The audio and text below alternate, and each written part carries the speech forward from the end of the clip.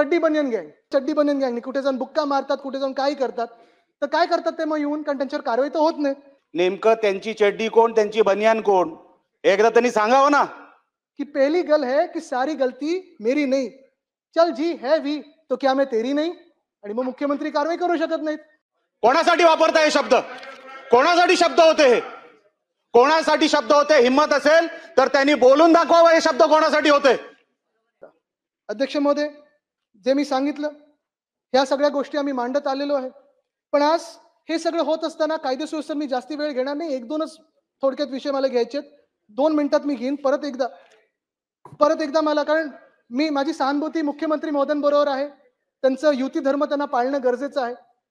त्यांचं मी पहिलंच सांगितलं होतं की अभिनंदन करायचं ते ह्या गोष्टीसाठी करायचे की ज्या लोकांसोबत ते बसलेत, जे बाकीच्या गटांमध्ये आहेत, चड्डी बनियन गँग, ते काय करतात त्याच्यात एक गोष्टी आहे. ते एक गोष्ट आहे त्याच्यात काही केलं त्या चड्डी बनियन गँगनी, कुठे जाऊन बुक्का मारतात, कुठे जाऊन काय करतात. तर काय करतात ते मग येऊन, कारण त्यांच्यावर कारवाई तर होत नाही. ते काय बोलतात, मुख्यमंत्री महोदयांना येऊन सांगतात की पहली गल है कि सारी गलती मेरी नहीं. काय बोलतात ते की पहली गल है कि सारी गलती मेरी नहीं, चल जी है भी तो क्या मैं तेरी नहीं. आणि मग मुख्यमंत्री कारवाई करू शकत नाहीत. तर मी मुख्यमंत्र्यांचं कौतुक ह्याच्यासाठी करतो की त्यांनी खूप सहनशीलता दाखवलेली आहे.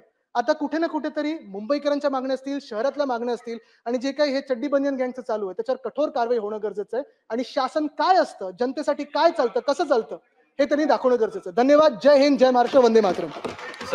संजय केळकर. त्यांनी हे जे काही शब्द वापरलेत, नेमकं कोणावर कारवाई व्हावी, नेमकं त्यांची चड्डी कोण, त्यांची बनियान कोण, एकदा त्यांनी सांगावं ना. जर एवढी भीती वाटत असेल बोलायला तर सभागृहामध्ये असे शब्द वापरू नका.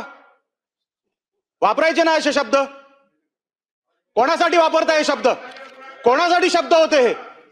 कोणासाठी शब्द होते? हिम्मत असेल तर त्यांनी बोलून दाखवावं हे शब्द कोणासाठी होते. उगाच काही चाललंय, उगाच टीका करायची म्हणून काही का. आम्ही साहेब अरे 1 तासापासून ऐकतोय, काय बोललो नाही. मला नाही साहेब, मी बोलायला देणार नाही.